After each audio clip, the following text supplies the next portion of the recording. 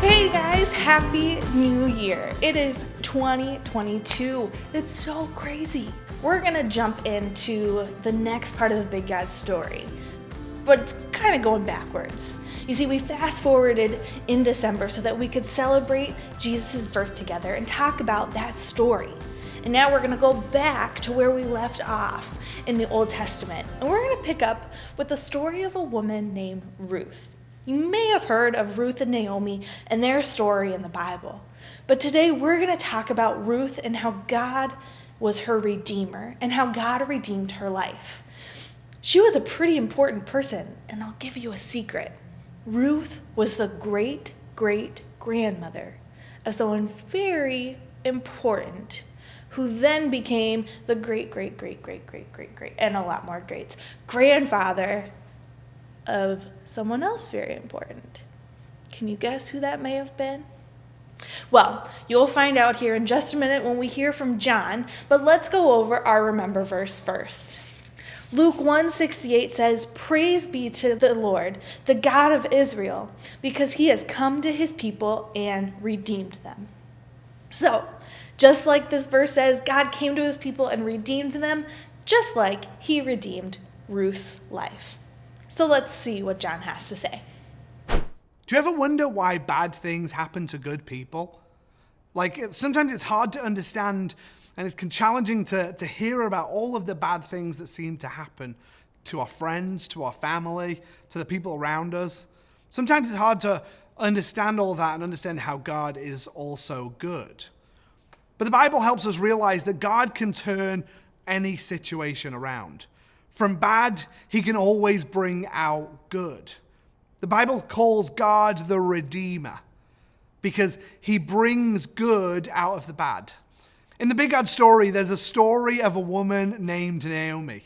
Naomi was the woman who left her homeland to live in a place called Moab, and she went with her husband and her 2 sons. After several years, her husband and both of her sons died. Naomi was left as an older woman with only her 2 daughter-in-laws, Ruth and Orpah. Naomi knew that there was no good future for her in Moab, and she couldn't provide a good future for the 2 women either. So she told them both to return to their own homes. Orpah agreed and she left straight away, but Ruth decided to stay. In fact, Ruth said, "Wherever you go, Naomi, I'll go with you." See, she loved and desired to help Naomi, and the 2 of them, they traveled to Bethlehem. They had nothing, and they needed food to eat. When they arrived home, they sent Ruth to go and work the fields. She went and she would pick up the leftovers of the food that had been missed and left on the ground. Believe it or not, this was all a part of God's plan.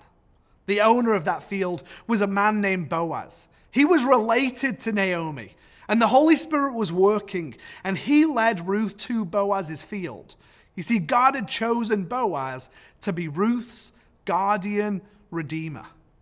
That's a complicated word, but the guardian redeemer was someone who would buy back or redeem property of a family member who had lost their money. They would also marry the widow of a relative who died to carry on the family line. Boaz noticed Ruth when she was working the field, and he made sure that she was taken care of and given plenty of food. When Ruth returned to Naomi and he told her all about Boaz, they began to see God's plan.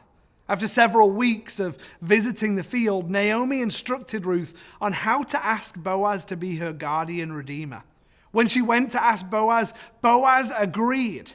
And it wasn't long before they were married, and God gave Boaz and Ruth a son named Obed.